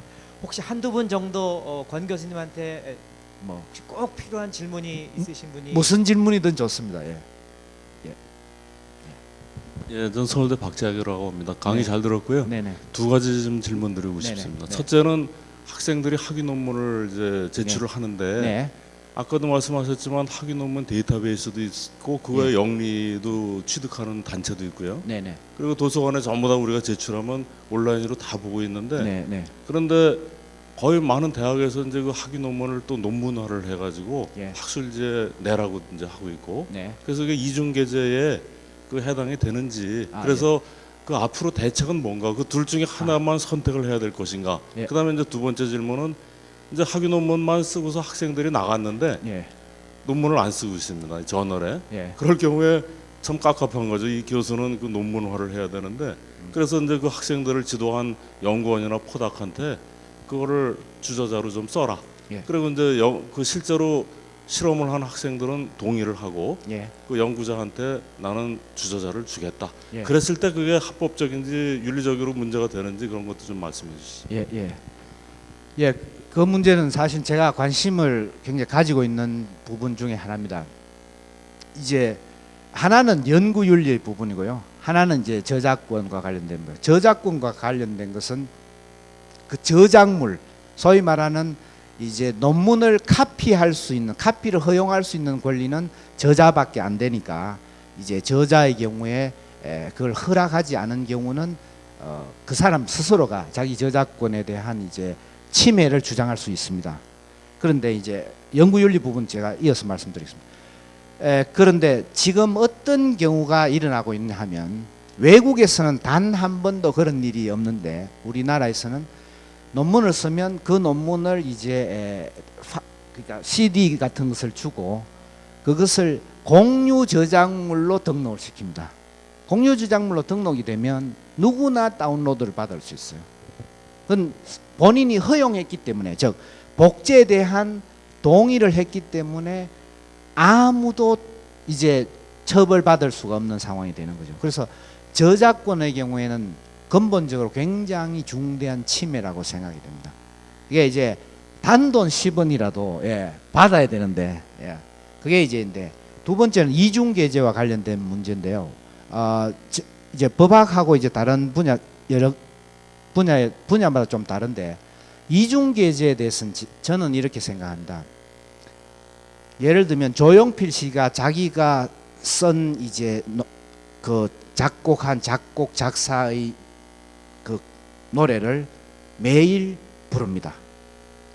1년에 수백 번 부릅니다. 그거 복제입니다. 그러니까 저작자는 자기 스스로 자기의 논문을, 자기의 저작물을 복제하는 건 스스로 얼마든지 할 수 있습니다. 저는 그렇게 생각합니다. 제가 예를 들면 민사밖에 올린 논문을 그 다음에 다른 무커지에 줄 수 있다고 생각합니다. 근데 그것을 연구업적으로 2번 카운팅하는 것은 윤리 위반이죠. 그러나 저작권의 위반은 아니라고 생각합니다. 다만 우리가 어떻게 마치 이것이 2개의 작품인 것처럼 주장하는 것은 잘못됐다는 거죠. 그리고 이제 저작권을 엄격하게 보는 분들은 그런 행위에 대해서 비난을 하고 있어요. 근데 이제 저작권 법 위반이 저는 그렇게 생각하지 않습니다. 그래서 그리고 이제 좀 더 나아가서 그 다음에 이제 우리가 연구를 하면 공동 저작자들이 있는데 공동 저작자들의 관계에서는 상대방이 동의해야 됩니다. 동의하지 않으면 말씀대로 아쉽지만 그러니까 게재할 수 없는 그런 상황이라고 생각합니다. 설득하는 수밖에 없죠. 그 정도로 제가 말씀드리겠습니다. 네, 저희가 오후 4시에 또 종합 토론이 있기 때문에 나머지 질문은 제가 그 시간에 받도록 하겠습니다. 예, 4시에 제가 기다리겠습니다. 예. 네. 네. 네. 예. 예. 추정, 예. 보완, 예. 하여, 게재함 요걸 예. 밝혀야 되는 거. 지금은 안 밝히거든요. 밝혀야 되는지 안 밝혀야 되는지.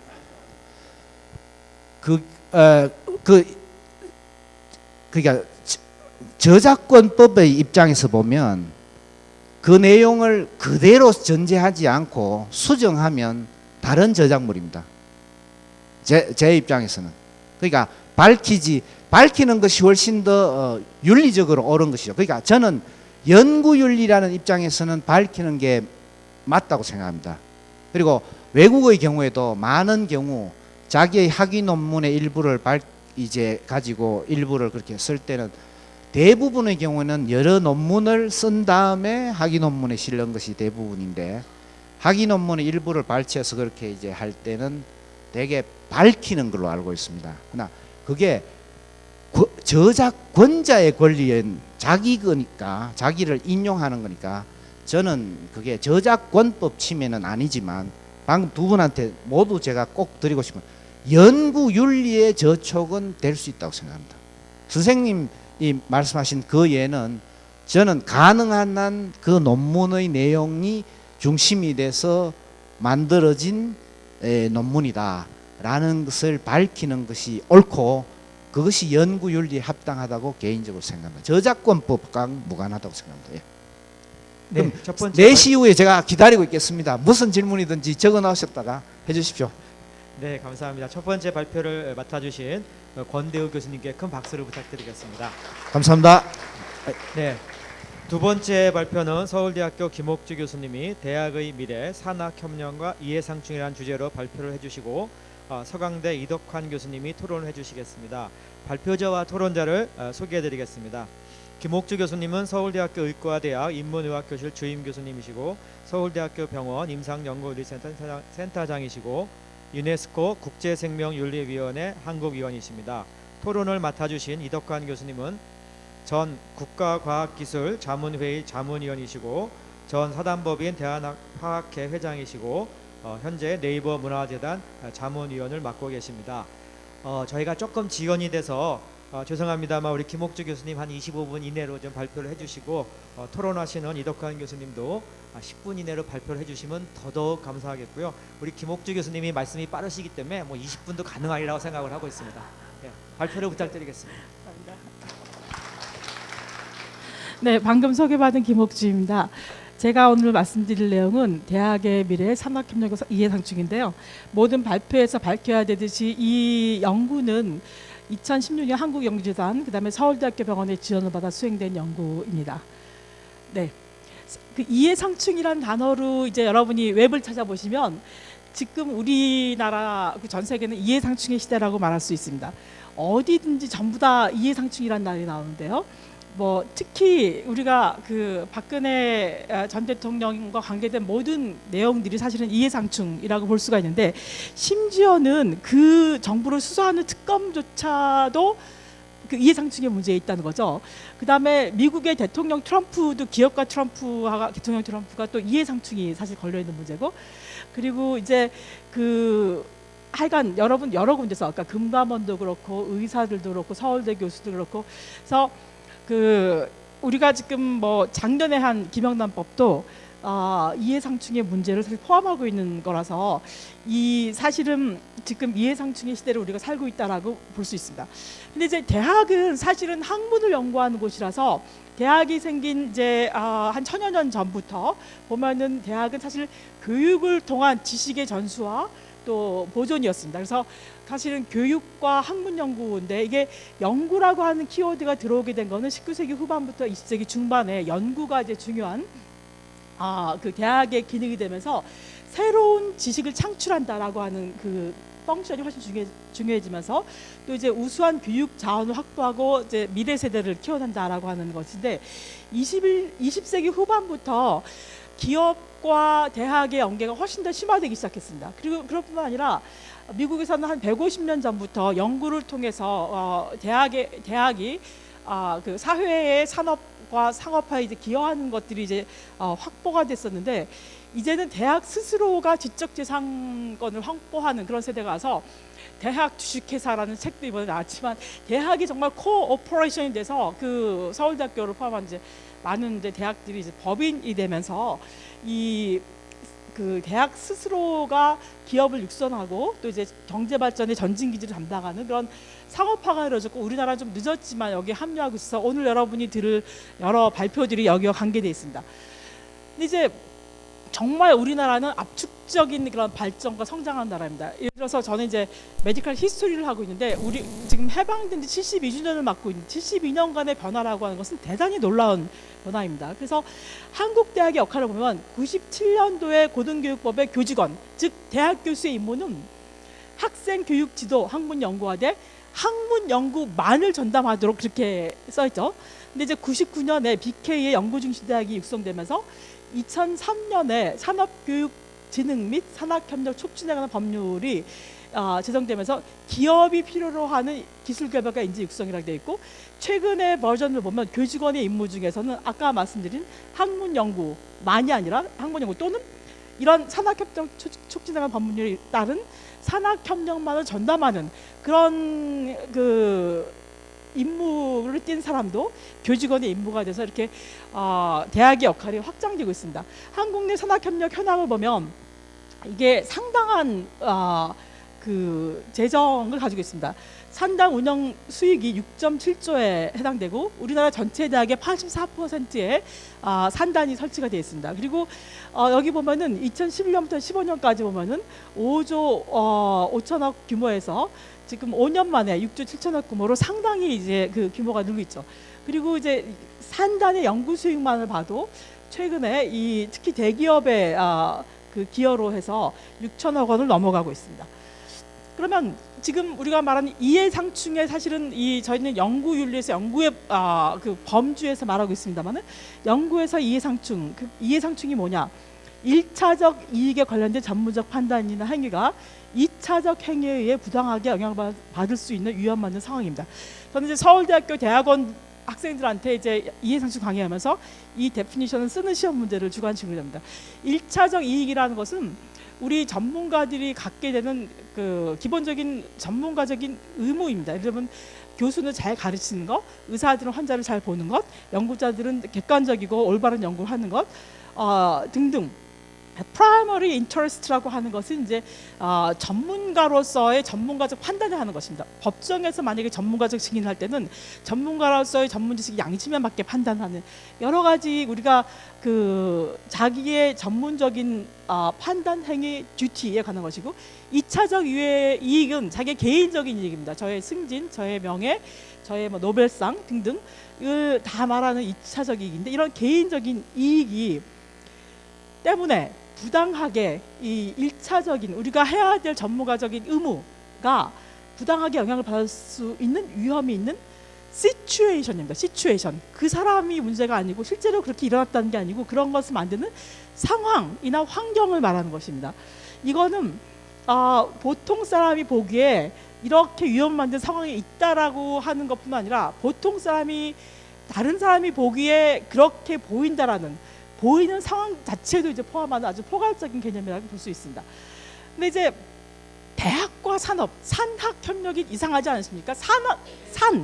인더스트리는 프로핏 이윤을 추구하는 뻥전이고 대학은 사실은 진리를 추구하는 저희 서울대학교가 베리타스 룩스메아, 뭐 하버드는 베리타스 진리, 진실을 추구하는 게 대학의 보유 그 펑션이고 산업은 이익을 추구하는데 어떻게 산학 협력이 이루어질 수가 있는가? 그리고 대학 주식회사가 어떻게 가능할 수 있는가? 이게 지금 우리 21세기에 전 세계적으로 특히 선진국을 포함한 우리나라가 포함한 지금 마주하고 있는 그런 현실입니다.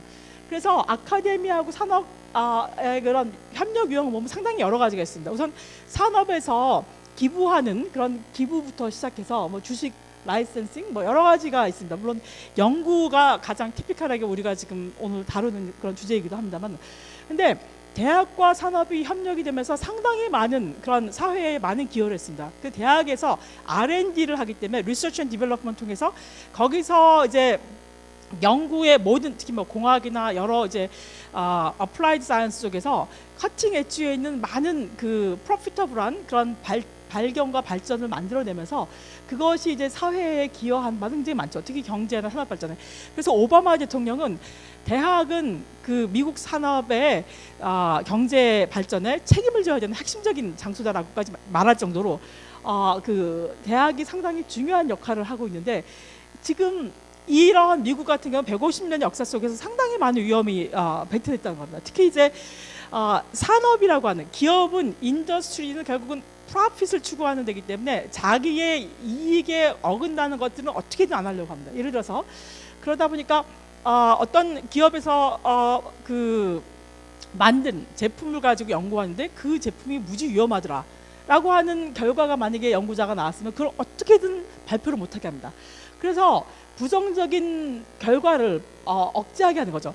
가습기 살균제가 이게 위험하지 않다라고 이제 결과가 나와야 재판에도 쓰고 사회적으로 이제 기업이 여러 가지 손실을 막을 수가 있는데 가습기 살균제가 위험하다라고 하는 결과가 나오면 어떻게든 이제 억압을 하는 거죠. 그러다 보면 학문의 자유, 아카데미의 코어는 freedom of research입니다. 그죠?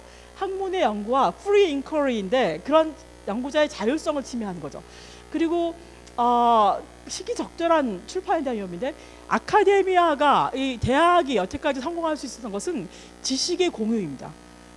지식의 공유인데 산업인 경우에는 그 특별하게 자기에게 그 이익을 줄 수 있는 것은 아까 지적재산권 말씀하셨습니다만 인터렉티브 프로퍼티를 보호해야 되는 거기 때문에 릴리즈하지 않고 내 것을 내가 내 거 사용할 때면 돈 내라 이렇게 이제 아까 좀 전에 그 강의하고 좀 상충되는 것인데만 그건 사실은 대학의 기본적인 그런 가치는 아닙니다. 지식 공유 그다음에 그래서 카피 레프트라고 하는 그런 무브먼트도 있는데 다 같이 공유하고 누구나 돈 없는 사람들 같이 공유하게 하는 게 사실은 학문 세계의 어떤 기본적인 철학이었죠. 이제 그러다 보니까 오늘 말씀드린 금전적 이해상충의 문제가 드러나게 되고 그리고 기업이 연구를 비를 대면 기업에 유리한 쪽으로 이렇게 결과가 편향된다라고 하는 것은 이미 많이 알려져 있습니다. 연구자가 연구를 처음에 기획해서 출판할 때까지 굉장히 많은 것을 세부적으로 세밀하게 할 수 있거든요.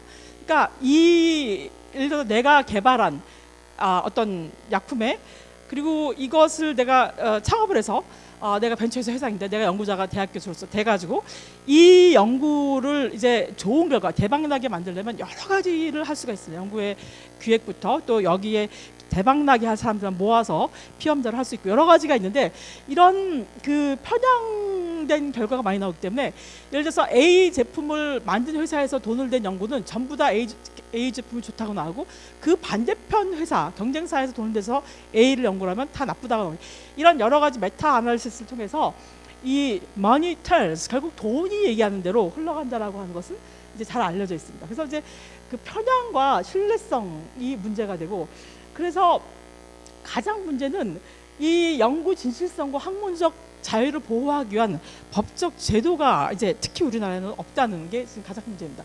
지금 국내에서는 이해상충 사례만 해도 사실은 수면에 안 드러난 무수한 경우는 저는 논의 외로 하더라도 황우석 사태 같은 경우는 이제 노벨상 만들기나 국익이라고 하는 게 있었고 생물학적 동등성 시험 조작 사건은 제약회사에서 10%를 연구비를 주고 연구 결과가 식약처에 통과되게 한 후에야 90% 준다 라고 이렇게 계약 조건을 불리하게 했기 때문에 연구자들이 한 100여 건이 넘게 연구 데이터를 조작을 해가지고 결국은 나중에 처벌을 받은 사건이 있었습니다. 이게 불합리한 연구 용역 계약으로 인터레스트 제약회사의 이익 때문에 연구 결과가 이렇게 그 부정행위가 벌어진 사건이 있었고 이거는 의대에서는 유명한 얘기입니다만은 카바 수술 논란이 있었는데 시간이 없어서 넘어가도록 하겠습니다.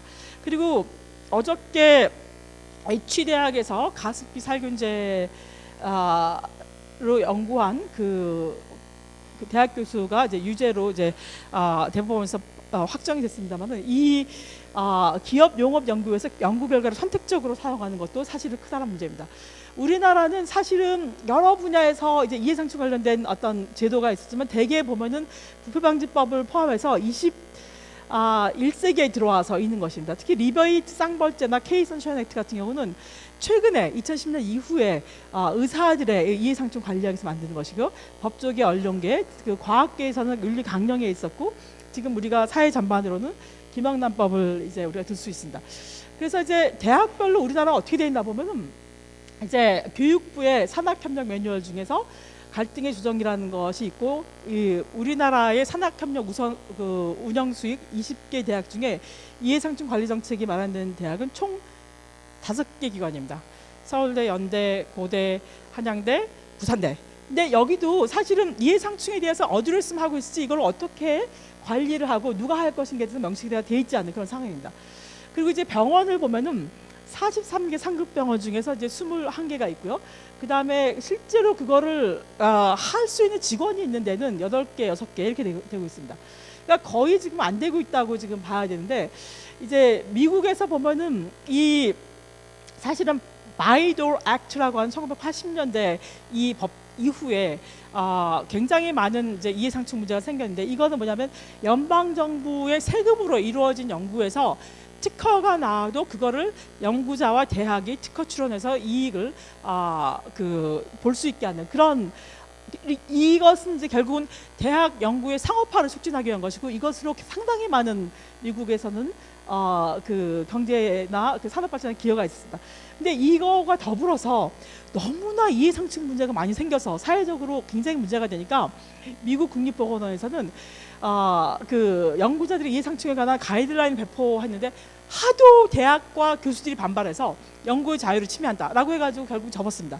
그런데 이 이후에 또 굉장히 많은 사회적인 무리가 생겨서 결국은 95년도에 그 공중보건국에서 그 세금을 받는 연구에서 객관성 확보를 위한 연방법, 이름이 그렇거든요.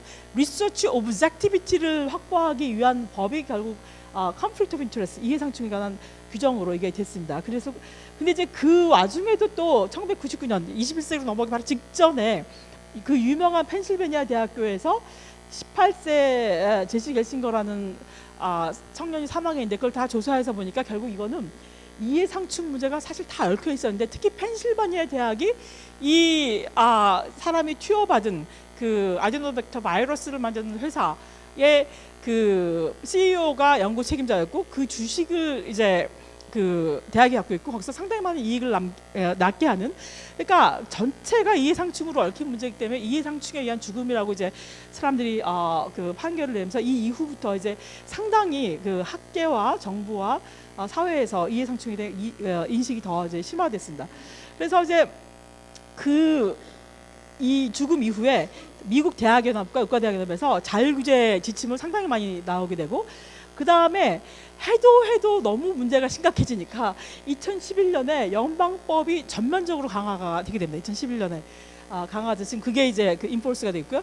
일본 같은 경우는 사실은 미국이 그 산학협력으로 상당히 성공했기 때문에 어떻게 하면 쫓아갈까? 미국은 자연 발생적으로 사실 생긴 건데 어떻게 쫓아갈까 해서 이제 산업활력재생특별조치법에서 일본판 베이돌 법안이 99년에 만들어지게 된데 사실 그 90년대 후반만 해도 상당히 인식이 좀 낮은 편이었습니다. 그래서 여기는 특이하게도 산학관이라고 쓰자고요. 이게 그 정부까지 보면 산학관 정책을 전개를 해서 2002년부터 이해상충에 관한 문제를 그 가이드라인을 제시를 하고 그다음에 지금 특히 이제 국립대학이 법인화되는 과정이 2002년 이후부터 되면서 법인화된다라고 하는 것은 이제 대학이 정말 주식회사로 될 수 있는 거기 때문에 이해상충에 관한 것이 정말 중요하겠다라고 하는 문제의식을 가지고 연구 진실성을 어떻게 유지하고 또 이제 어떻게 이해상충 문제를 자율관리할 것인가에 대한 고민들을 많이 했습니다. 그래서 이제 2013년 기준으로 산학관 협력 규정에서 이해상충을 그 보유하고 있는 그 퍼센트가 67, 그러니까 465개 대학 중에 311개, 거의 3분의 2가 이해상충 정책을 갖고 있는 것으로 이제 조사되었습니다.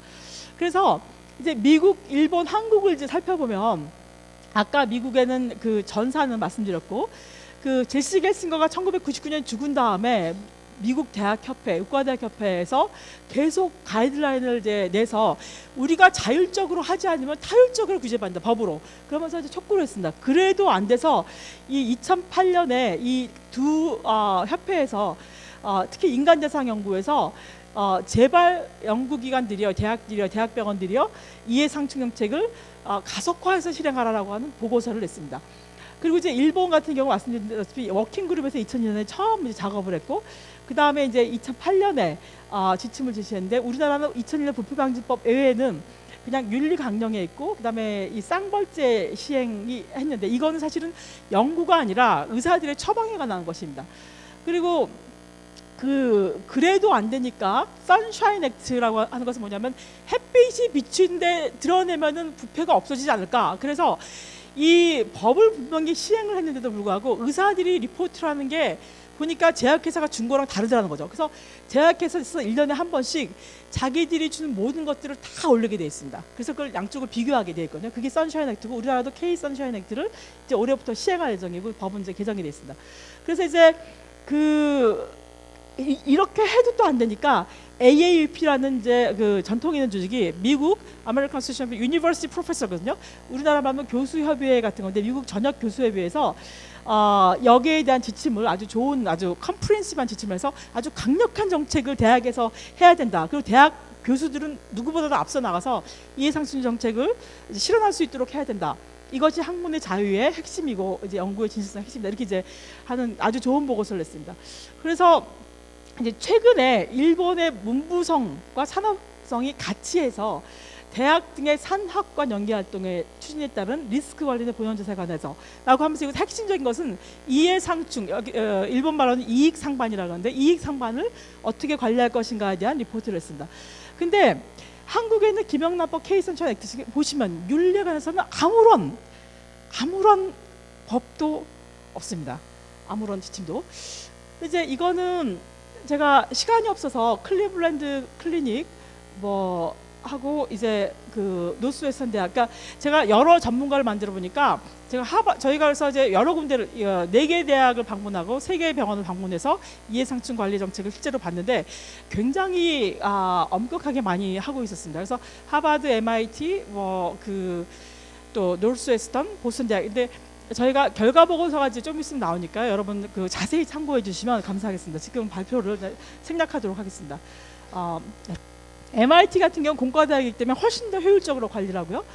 뭐 일본이라 계속 생략하겠습니다. 저희가 결국은 이해상충 관리의 주요 요소가 뭐겠는가라고 저희가 모델을 내도록 하는 것이 이번에 RFP여서 제일 중요한 건 정책이다. 결국 이 정책이 얼마나 행정적인 규정성이 있어야 되겠는가라고 하려면은 결국은 법률이 있어야 되는데 우리는 법률이나 정부의 아무런 이니셔티브도 없어서 우선 정책이 이제 규정성이 있어야 되고 규제력이 있어야 되고 그리고 기관에서 어쨌거나 대학이든지 어떤 연구기관에서 이해상 정책이 있어야 될 것 같고 그리고 서울대도 아까 말씀드린 그 5개의 대학 또 정책이 아니라 그냥 선언적으로 있지 이거를 담당한 조직이 사실 없습니다.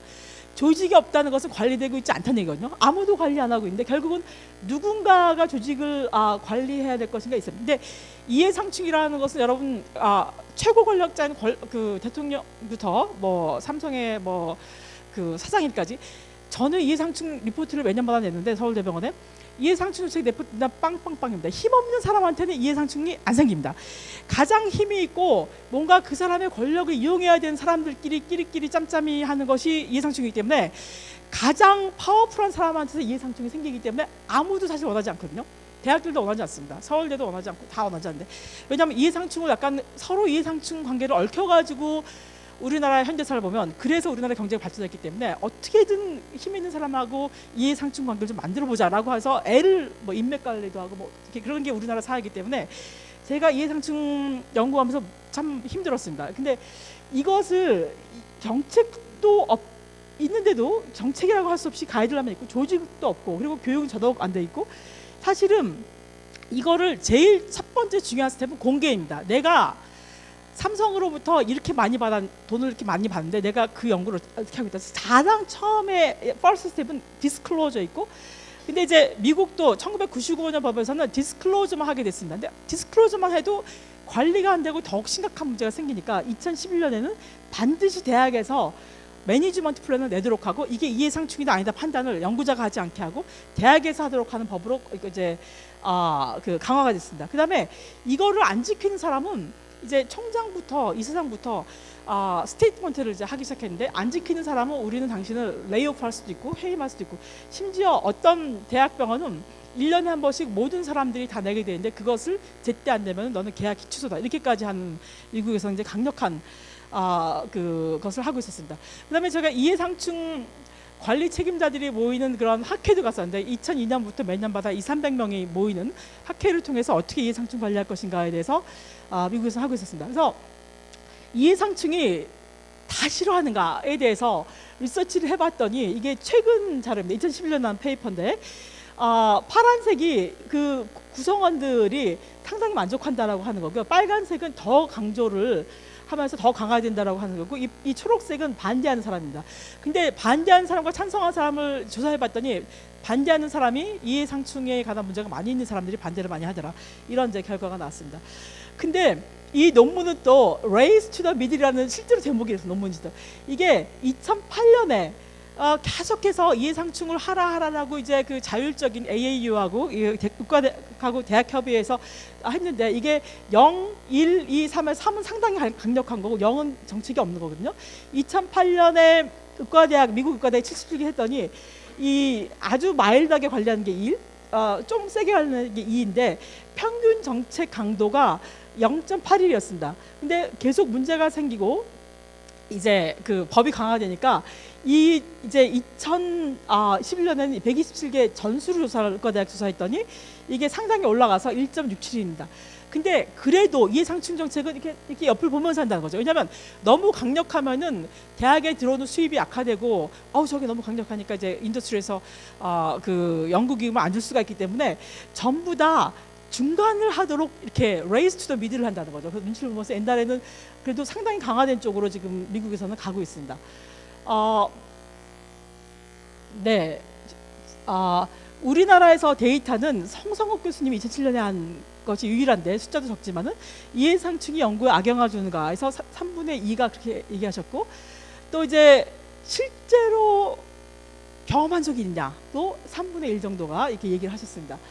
그런데 미국의 이제 여기서 2011년에 대학의 유명한 총장들이 모여서 우리는 사회에서 요구한 대로 굉장히 연구 개발을 많이 해서 경제 개발에 더욱 기여를 했더니 우리의 지나친 성공의 희생자가 되었다. 왜냐하면은 갈수록 더 많은 발명하고 더 많은 산업화에 기여하고 더 많은 상업화를 하라고 더 프레셔를 해서 이 반대쪽으로 우리가 갖게 된 게 뭐냐, 대학 총장도 나서서 돈 벌어야 되고 이런 세상인데, 그러다 보니까 이렇게 발생한 이해상충은 사실에 물음 던지고 자유로운 연구의 어떤 그 커머널리티, 그 공유에 대한 것들을 객관성을 지키는 근간을 위협하고 있다. 대학의 근간이 위협된다라고 이제 한탄하는 자리인데, 대학 그 유수한 총장들이 모여서 얘기하기는 우리는 그렇지만 시계를 거꾸로 돌릴 수는 없다.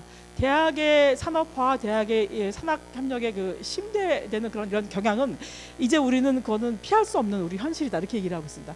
이제 이거는 이제 2015년에 그 일본에서 나온 건데요.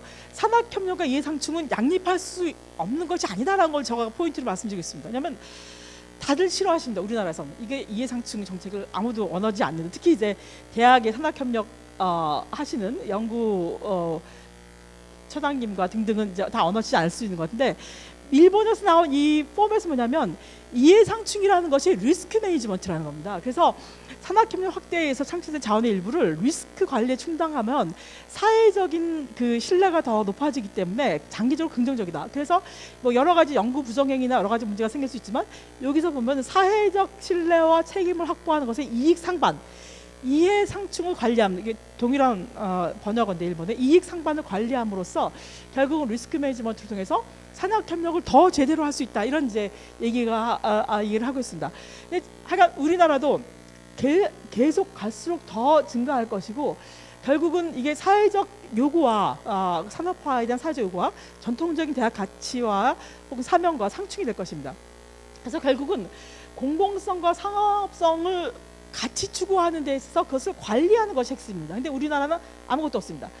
그래서 이런 것들 자율적으로 관리 못하면은 결국은 김영란법처럼 갑자기 어느 날 하늘에서 떨어진 것처럼 이렇게 혹은 그 쌍벌제처럼 이런 게 갑자기 사회적인 법률적 제재가 발생할 것이죠. 그래서 대학과 전문가 집단은 이해상충 관리의 필요성을 인지하고 문화를 정착시키게 하는 것이 노력이 필요하다는 것을 이제 말씀드리고 싶고요. 결국은 정부부터 연구단체로 연구비 지원기관부터 대학의 리더십, 대학이 모두가 사실은 다 나서서, 언론도 그렇고요, 다 같이 이거 우리나라에서는 이거 하지 않으면 지금 대통령이 갑자기 구속되는 이 초유의 사건을 포함해서 이해상충으로 발전됐던 우리나라가 결국 이해상충으로 망한 게 아닌가, 이렇게 생각합니다. 네, 여기서 발표 마치겠습니다.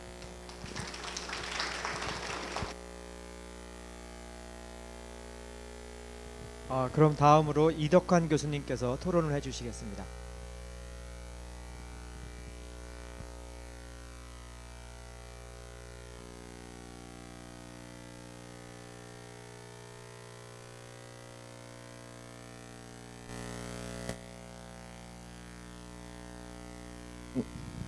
예, 그냥 뭐 테이블을 준비한다고 그러는데 시간도 없고, 그래서 그냥 여기 서서 몇 마디 말씀을 드리겠습니다. 그 식사를 제 시간에 하는 게 무엇보다 중요한 것 같습니다. 그래서 식사 시간을 맞춰드리겠습니다. 사실 그 연구윤리가 우리 사회에서 이제 문제가 본격적으로 문제가 되기 시작한 거는 2005년에 황우석 사태 때문이죠. 근데 그 전에 과학기술계에서 그 2004년 11월 달에 과총에서 과학기술인 헌장이라는 거를 공포를 한 게 있습니다. 지금 그게 주목을 못 받고 그냥 묻혀져 버렸는데 그 아까 김옥주 교수님 발표에 나오는 과학기술인 윤리강령이라는 게 사실은 2004년도 과학기술인 헌장의 그 후속 조처로 나온 겁니다.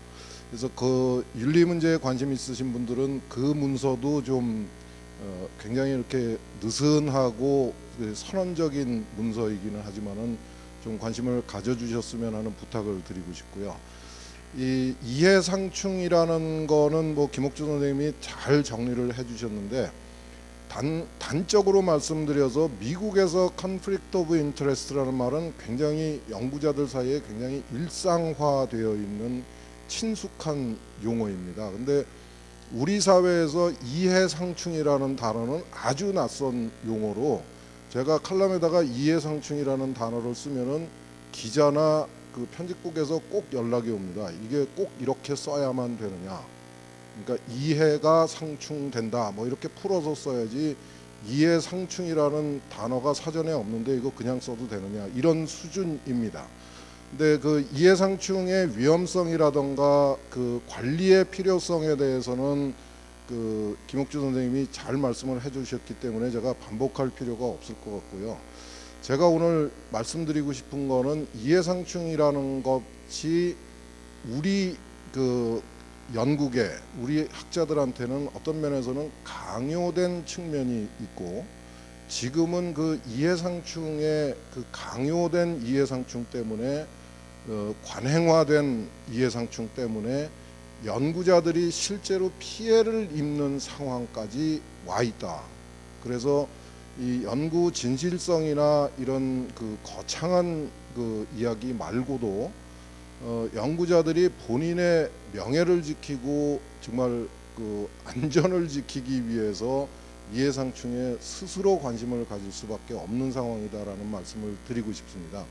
사실 그 뭐 인문학, 사회과학은 조금 사정이 다르지만은 연구라는 게 본격적으로 강요되기 시작한 거는 과학기술 쪽입니다. 1960년대에 과학기술에 대한 본격적인 투자가 시작되면서 연구가 강요가 되기 시작했는데 시작은 당연히 키스트라고 과학기술 연구원에서부터 시작을 했는데 키스트의 설립 목적이 산학협동입니다. 그러니까 기본적으로 연구해서 그냥 학문적인 발전을 그 지적 자산을 증진시키는 게 목적이 아니라 기본적으로 기업을 살리게 하는 것을 최초의 목적으로 했었습니다. 근데 이 산학협동이라는 거하고 conflict of interest라는 거하고는 정면으로 상충될 수 있는 그런 부분이죠. 기업을 도와주는 역할하고 학문 연구를 하는 게 부닥칠 수밖에 없습니다. 이게 응용과학 분야에서는 굉장히 심각합니다. 뭐 제가 이렇게 말씀드리면 되는지 모르겠는데 식품, 의학, 뭐 공학기술 이런 쪽으로 가면은 일상화되어 있습니다. 심지어는 인식이 없어서 심지어는 소주 회사에서 지원을 받아가지고 소주 회사가 원하는 그 결론을 내주면서 그 사실을 밝히지 않는 그런 학술 논문들이 굉장히 많습니다. 그래서 그 소주 회사가 그 학술 논문을 가지고 광고를 하는 일까지 있습니다. 더 나가면은 지금 식약처에서 관리하는 제도 중에 그러니까 기능성 식품이라는 게 있어요. 기능성 식품으로 인정을 받으려면은 연구 논문을 내야지 됩니다.